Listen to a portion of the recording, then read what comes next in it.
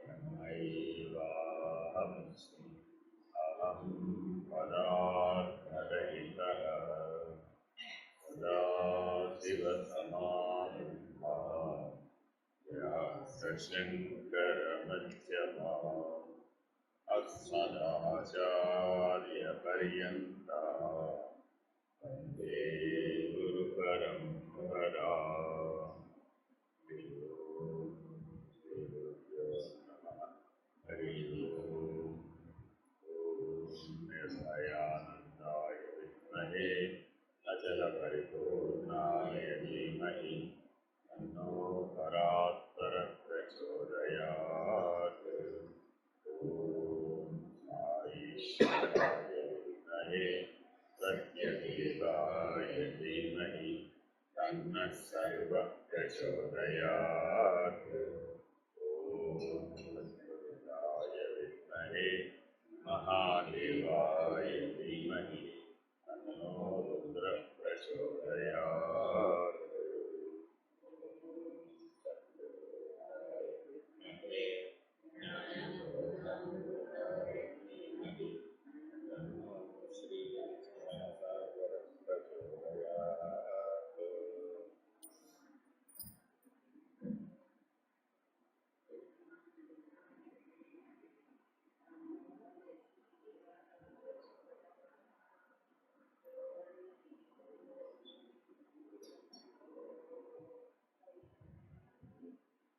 ప్రేమ దర్శనం అనే నారద భక్తి సూత్రాలను విచారణ చేస్తున్నాం.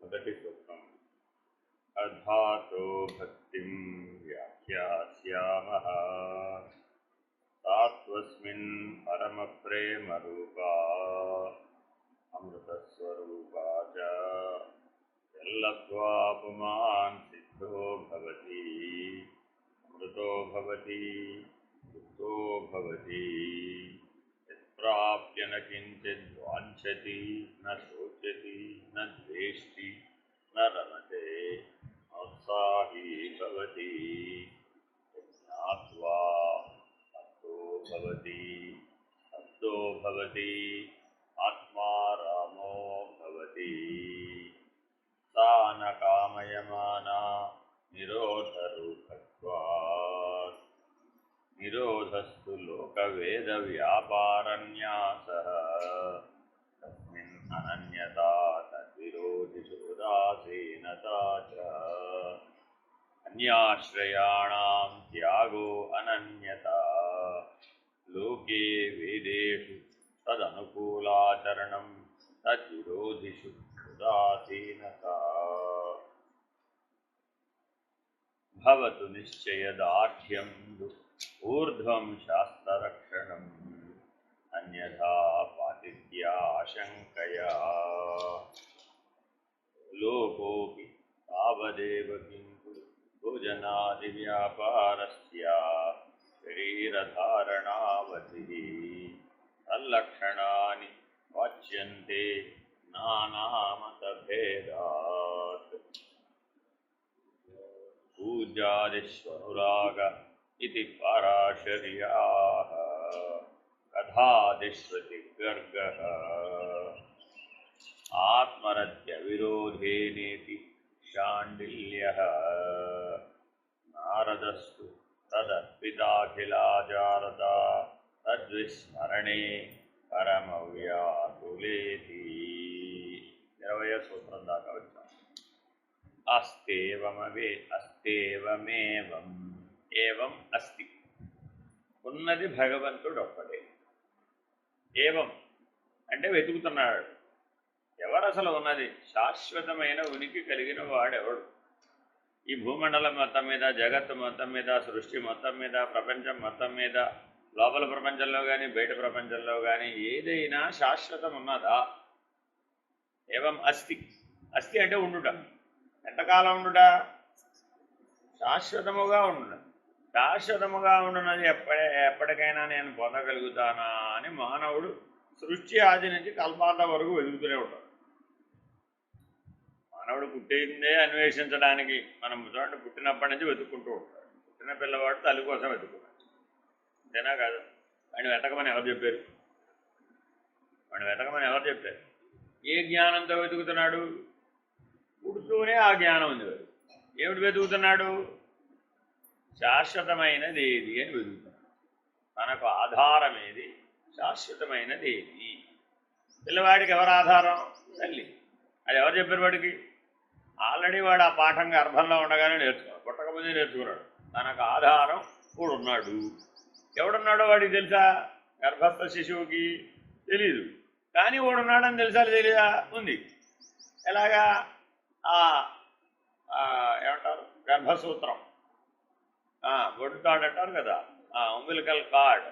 అమ్మ తల్లికిను ఆ పిల్లవాడికి కనెక్షన్ ఏమిటి? ఆ నాభి కందంలో ఒక నరాన్ని భగవంతుడు జోడించి, మరి ఇప్పుడు ఆ పిల్లవాడికి ఆధారం ఎలా తెలుసు? ఇప్పుడు దాని ద్వారానే తెలుసు. వాడి తెలివంతా అదే, వాడి ప్రాణము అదే, వాడి ఆహారం అదే, వాడి ఎదుగుదల కూడా అదే. మరి ఇప్పుడు అన్నీ అక్కడి నుంచే అందుతూ ఉన్నప్పుడు అతనికి తన ఆధారం తెలిసిందా తెలియలేదా? తెలిసింది. అర్థమైందండి. కాబట్టి పిల్లవాడు పుట్టక ముందు పిల్లవాడిలో జ్ఞానం ఉందా లేదా? ఉంది. ఎలాగా? తన ఆధారాన్ని తాను గుర్తించగలిగాడు. అదే ఆధారాన్ని పుట్టిన తర్వాత కూడా వెతికాడు, అన్వేషించాడా లేదా? కాబట్టి పుడుతూనే మనం మొదలుపెట్టిన మొదటి పని ఏమిటయ్యా అంటే బుద్ధితో అన్వేషించు. సరేనండి. ప్రాణంతోనేమో ఎగశ్వాస దిగశ్వాస, శరీరంతోనేమో కాళ్ళు చేతులు కొట్టుకోవడం, మనసుతోనేమో ఏడవడం. సరేనండి. మనసుతో ఏడవడం, బుద్ధితో మరి ఇంద్రియం ఉందిగా, అంతరింద్రియమైనటువంటి బుద్ధి మరి ఏం చేశాడు? బుద్ధితో అన్వేషించాడు. ఏమిటి అన్వేషిస్తున్నాడట? ఇదిగో ఈ సూత్రాన్ని అన్వేషిస్తున్నాడు. ఏవం అస్తి, ఎప్పుడూ శాశ్వతంగా ఏదైనా ఒకటి ఉన్నదా అని వెతికాడు. అలా వెతికిన వాడికి భగవంతుడు కనపడు, అలా వెతకని వాడికి భగవంతుడు కనపడు. ఇప్పుడు భగవంతుడు లేడనేవాళ్ళు కానీ ఉన్నాడనేవాళ్ళు కానీ ఈ అన్వేషణ పూర్తి చేశారా అంటే భగవత్ సాక్షాత్కారం పొందిన వాడికి మాత్రమే ఉన్నాడనేది రూఢి అయింది. మిగిలిన వాళ్ళకి భావమాత్రం లేదా ఊహామాత్రం. ఏమిటి తేడా ఊహకి భావానికి అంటే మనసు చేస్తే ఊహ, బుద్ధి చేస్తే భావన, చిత్తం చేస్తే వృత్తి వాసన, అహంకారం చేస్తే అహంకారం లేదా మమకారం. నాలుగిటికి 4 ధర్మాలు ఉన్నాయండి. ఈ అంతఃకరణం యొక్క ధర్మాలను తెలిసి ఇవి నేను కాదని విడిగా గనకను ఉండగలిగిన నాడు ఏవమస్తి అంటే ఊహ అది మారిపోయింది. మనసుతో ఊహ చేశాడండి భగవంతుడు అలా ఉంటాడు ఎలా ఉంటాడు, త్రిశూలధారి, త్రినేత్రధారి, భస్మధారి, గంగాధారి, అర్ధనారీశ్వరుడు, ఉమామహేశ్వరుడు, పార్వతీ పరమేశ్వరుడు, ఎన్ని రకాలుగానో చెప్పాడు. ఇదంతా ఏమిటి? మనసు చేసే ఊహ. సత్యం కాదా? అప్పటి వరకు సత్యమే. ఎలాగా అని అడిగాం. పిల్లవాడికి తల్లి ఎలా ఉంటుందో గర్భస్థ శిశువుకి తెలుసా? తెలియకపోవడం ఏమిటి? తెలుసువాడికి.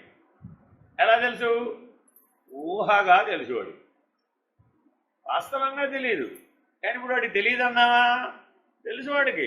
వాడి లోపల సూక్ష్మ శరీరం ఉంది కదా, ఆ సూక్ష్మ శరీరం తల్లి యొక్క సూక్ష్మ శరీరంతో అనుసంధానపడే ఉంది కదా. లేకపోతే పుట్టిన తర్వాత వాడికి తల్లిని ఎలా తెలిసింది? మీరు కావాలంటే ఒక్కొక్క చోట ప్రసూతి ఆసుపత్రిలో పొరపాటు జరుగుతుందండి. ఒకే రోజున వరుసగా 4-5 పుడతారు, ఒకే టైంలో పుడతారు. అందరికీ ఒకసారి నొప్పులు వస్తాయి. 4 లేబర్ రూమ్లు ఉంటే టకటకా కనేస్తారు. ఈ పిల్లవాడిని బాగు చేయడానికి తీసుకెళ్తారు. అక్కడ మారిపోతారు, ఇడితోటి అడిదిడు. ఆ పిల్లవాడిని తెచ్చి రాంగ్ తల్లి రాంగ్ పిల్లవాడు మ్యాచ్ చేస్తారన్నమాట. చేస్తే వాడు ఏడు వాపడవాడు, ఒక్కబెట్టి ఏడుస్తూనే ఉంటాడు. అదే వాళ్ళ అమ్మ దగ్గరికి మార్చగానే టక్కన ఆపేశాడు. మీకు కావాలంటే టెస్ట్ చేసుకోవచ్చు. ఇది ఆల్రెడీ ప్రతి ప్రసూతి కేంద్రంలో కూడా ఎప్పుడో ఒకప్పుడు ఇది జరుగుతుంది. ఆ పిల్లాడు ఎందుకు ఏడుస్తున్నాడు అనేది డాక్టర్ కానీ లేకపోతే హెడ్ నర్స్ కానీ గమనిస్తూ ఉంటారన్నమాట. ఎందుకు వీడికి కుక్కపట్టి ఏడుస్తున్నాడు అని చూస్తే ఆ తల్లి పిల్లాడు మ్యాచ్ అవ్వదు. అందుకని ఈ గొడవలు లేకుండా ఉండాలని చేతికి ట్యాగ్ వేయడం మొదలు.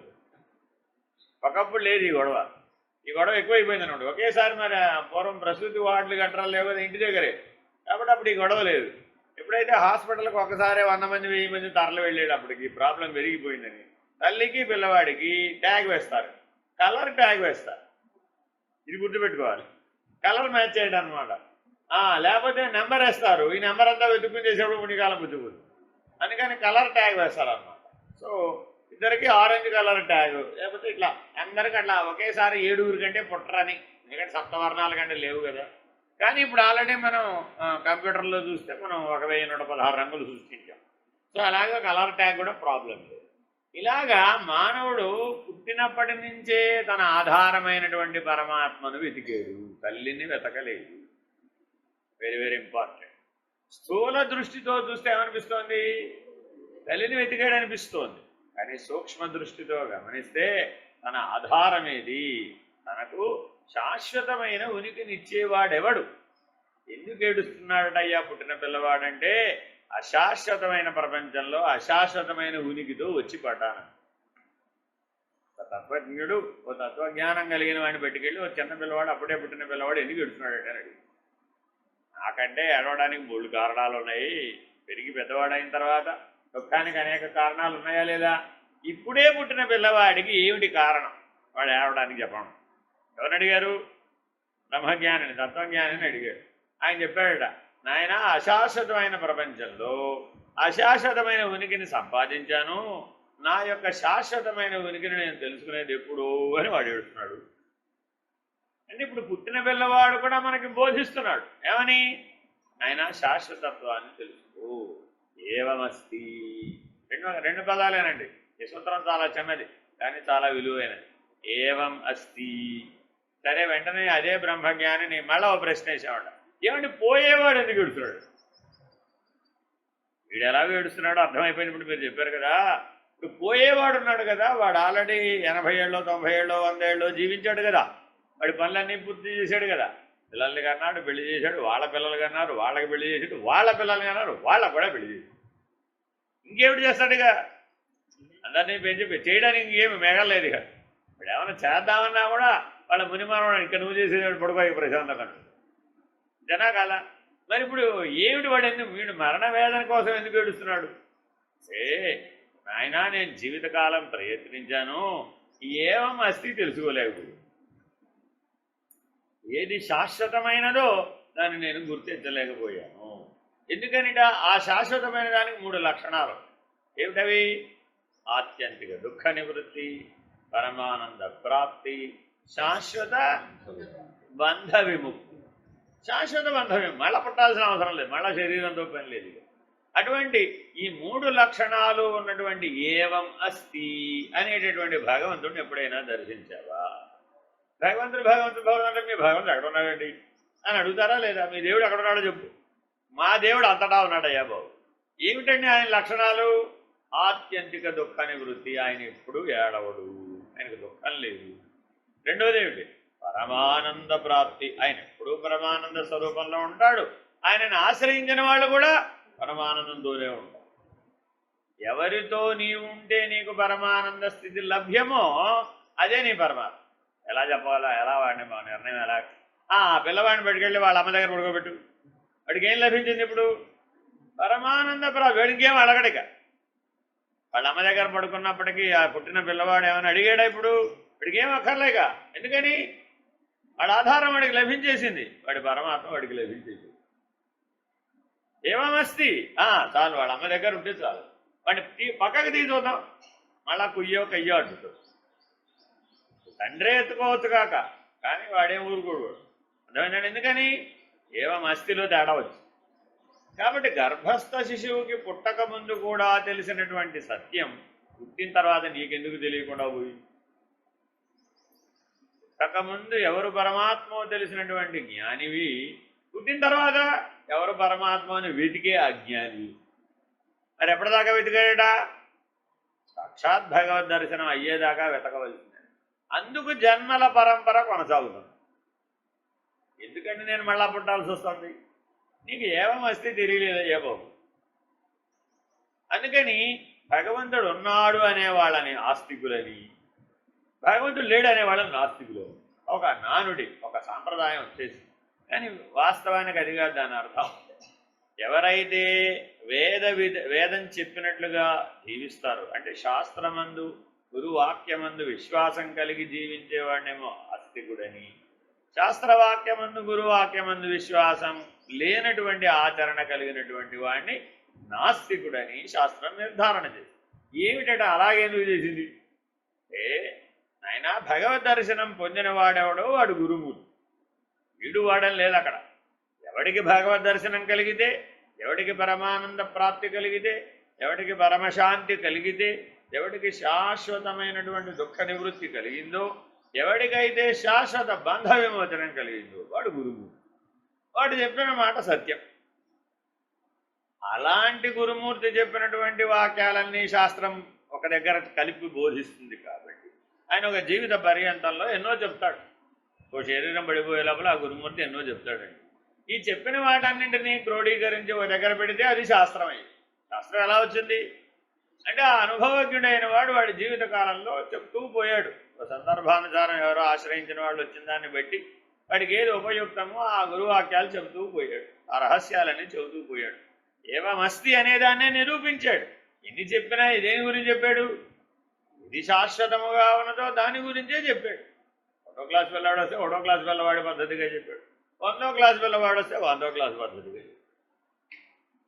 అయమాత్మ బ్రహ్మ అని అంటున్నాం కదా, అక్కడ అయమన్నా నేనే, ఆత్మన్నా నేనే, బ్రహ్మన్నా నేనే.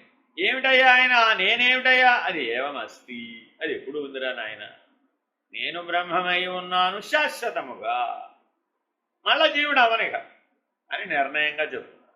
అందుకని ఆఖరి వాక్యం ఏమిటండి, నీ ఆఖరి నిర్ణయం ఏమిటండి అని అడిగా అనుకోండి, అయమాత్మ బ్రహ్మ. ఎందుకని ఏవమస్తి, సృష్టి స్థితి లయములలో నేను పోనివాడు, జనన మరణాల్లో పోయేవాడనన్నటువంటి దశ నుంచి ఎక్కడి దాకా ఎదిగాడు, సృష్టి స్థితి లయాలలో కూడా నేను పోనివాడిని, నా ఉనికి పోవడం లేదు, నేను శాశ్వతుడు అని చెప్పడం అయమాత్మ బ్రహ్మ. ఆ మహావాక్యం చెప్తోంది, ఆ ఉపనిషత్తు చెప్తోంది సరేనండి. కాబట్టి తత్వమసి మహావాక్యం అంటే ఏమిటి, నాయన ఆ శాశ్వతుడవు నీవే, ఆ బ్రహ్మము నీవే, ఆ తత్పదార్థము నీవే అని చెప్పడం. నీవు ఆ తత్స్వరూపుడవు, నీకు నీ యథార్థ స్వరూపము ఆ బ్రహ్మమే అని గురువు గారు అనుభవంతో చెప్పిన వాక్యం తత్వమసి ఉపదేశ వాక్యం అయింది.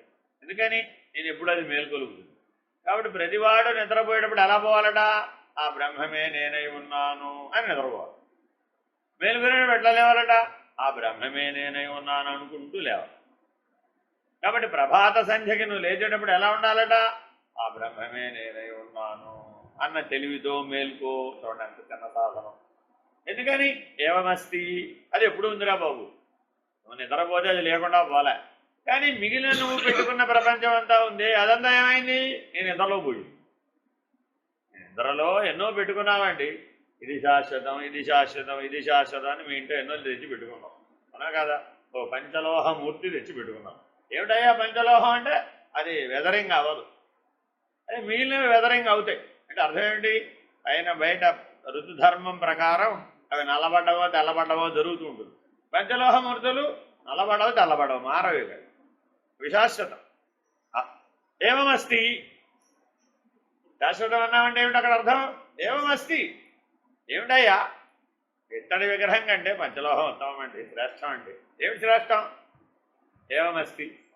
అందుకని ఎక్కడైనా సరే దేవాలయంలో పెట్టాలంటే అంటే పంచలోహమూర్తి చేయించారా అంటే ఏమిటంట పంచలోహం, ఏవమస్తి, మారదది, శాశ్వతమైనది, మారనిది, ఆధారభూతమైనది. కాబట్టి మూర్తులన్నీ ఏమిటండి, విగ్రహాలన్నీ ఏమిటండి, మీ విగ్రహాలన్నీ అంటే ఏముందయా, శిల, మృత్తిక, దారు, లోహమూర్తి. ఎవరు చేసినా దేంతో చేస్తారు, శిలామూర్తి, మృత్తికమూర్తి, దారుమూర్తి లేదా లోహమూర్తి. అసలు వాడెవడయ్యా, చిన్మయమూర్తి. మేము విగ్రహారాధన చేయడం లేదయ్యా, దైవారాధనే చేస్తున్నాం. ఆ దైవం చిన్మయమూర్తి. అమ్మవారు అలా వెలిగిపోతున్నారు, ఆహా ఎంత బాగుంది. ఇప్పుడు ఏమిటి కనబడింది, చిన్మయమూర్తి. ఆ విగ్రహం ఎప్పుడు అలాగే ఉంటుంది. బాబావారు చూడండి, ఆ ఫోటో చూడండి, నన్ను చూసాను అవుతున్నాడు, ఫోటో నేను చూసిన అవుతుందా, చిన్మయమూర్తిని అవుతున్నాడు. అనుగ్రహంగా చూస్తున్నాడు, ఎంత కరుణతో చూస్తున్నాడు, ఎంత దయాస్వరూపుడు, ఎంత ప్రేమస్వరూపుడు. ఆయన చూడండి, ఆయన చూస్తే పరమానందం కలుగుతుందండి. ఎవరన్నా మీరు ప్రపంచంలో చూడండి, ఇలా చాలామంది ఉంటారండి.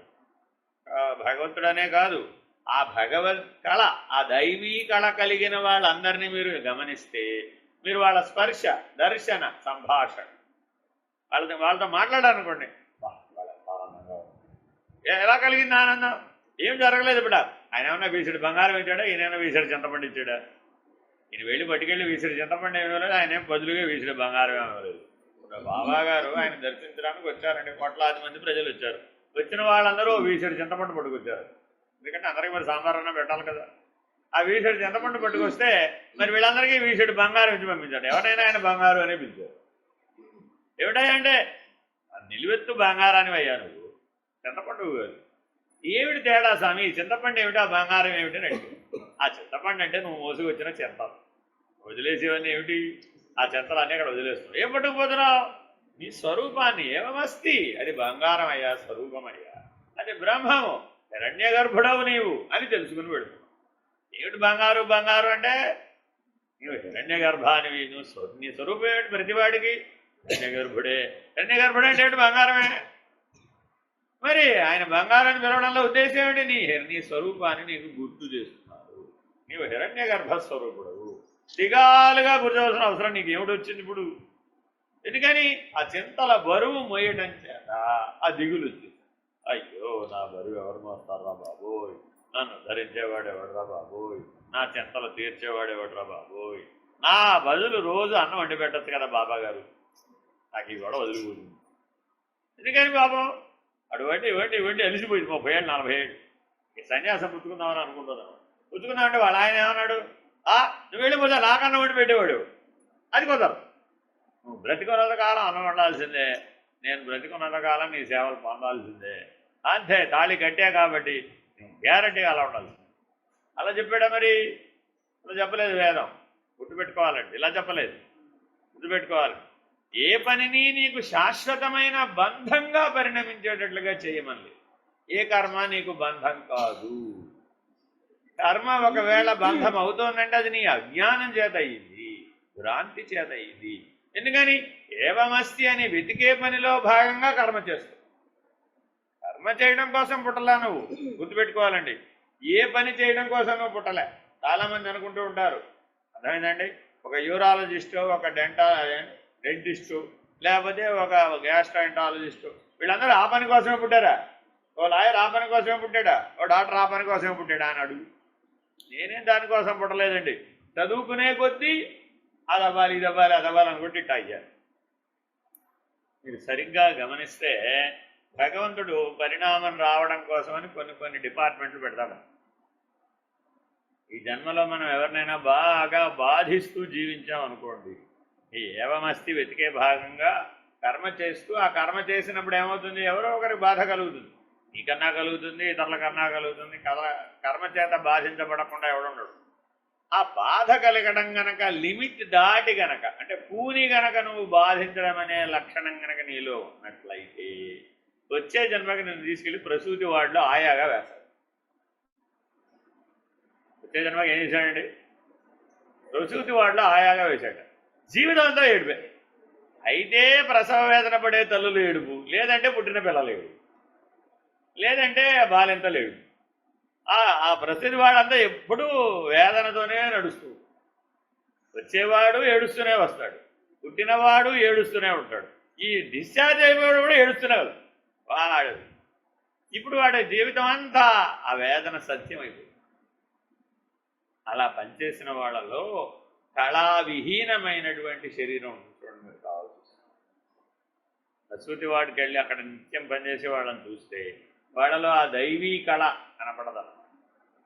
పిల్లలు బాగుంటారు, తల్లులు బాగుంటారు, కానీ సేవ చేసేవాళ్ళు ఉంటారే వాళ్ళకి ఈ వేదన, ఈ ఏడుపు విని విని విని విని విని విని లోపల ఆనంద స్వరూపం ఎంత మరుగైపోతుందంటే, కప్పబడిపోతుందంటే బాధామయమే ఈ జీవితం అని శాశ్వతమైనటువంటి నిర్ణయం కలుగు. ఏమస్తి, భగవంతుడు అస్థి కాదు, వేదనే అస్థి అని అనుభవం కలుగు. అందువల్ల వాడిలో ఆ కళ, నిర్జీవ కళ వచ్చేస్తుంది. అలాగే శవాగారంలో పనిచేసేటటువంటి ఉద్యోగాన్ని ఇంకా బాగా అతి తీవ్రమైనటువంటి తప్పులు చేసాడు అనుకోండి, ఉత్తర జన్మకి ఏం చేస్తాడంటే శవాగారంలో పనిచేసేటువంటి ఉద్యోగం. అంటే ఏమిటి, మార్చుని శవాల గది ఒకటి ఉంటుంది. ఇప్పుడు వీడు వచ్చే శవం పోయే శవం, ఎంతసేపు వీడి దగ్గర అది.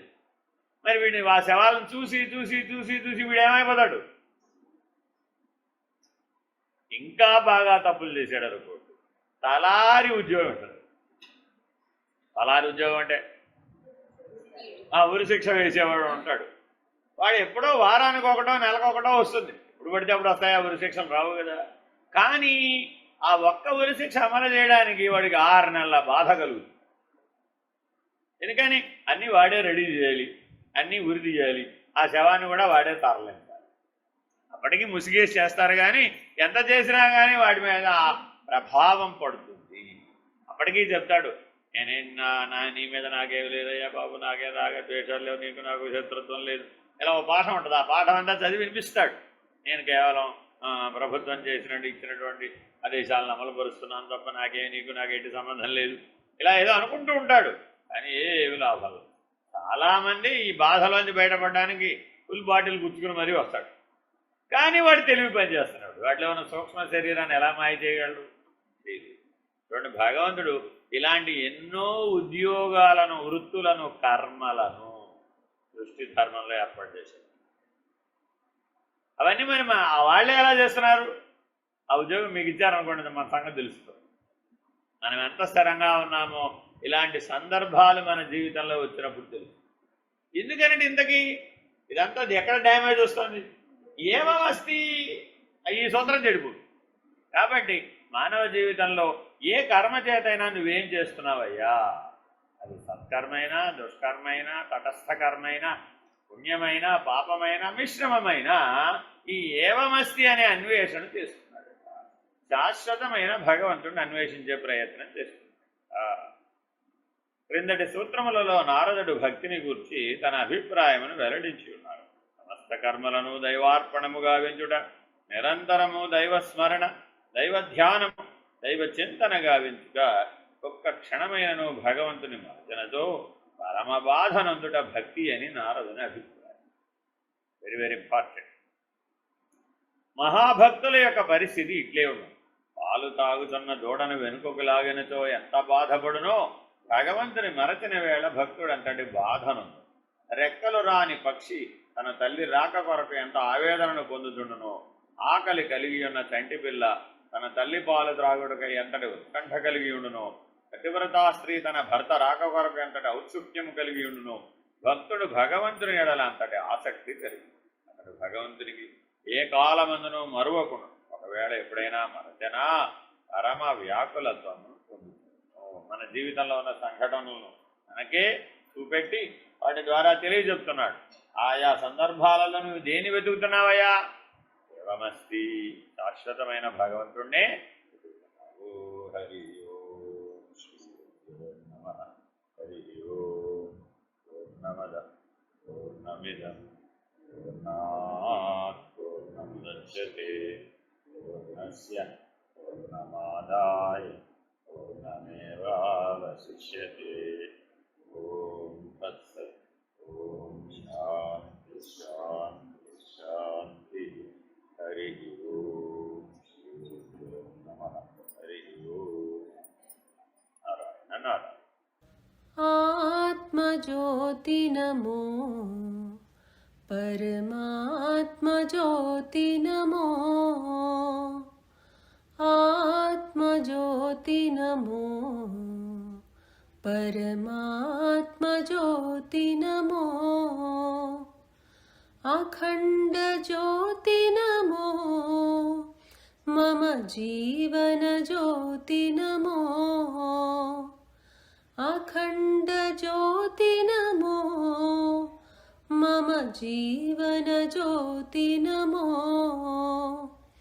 అంతర్యామి నమో, శ్రీ సద్గురు సాయి నమో, అంతర్యామి నమో, శ్రీ సద్గురు సాయి నమో,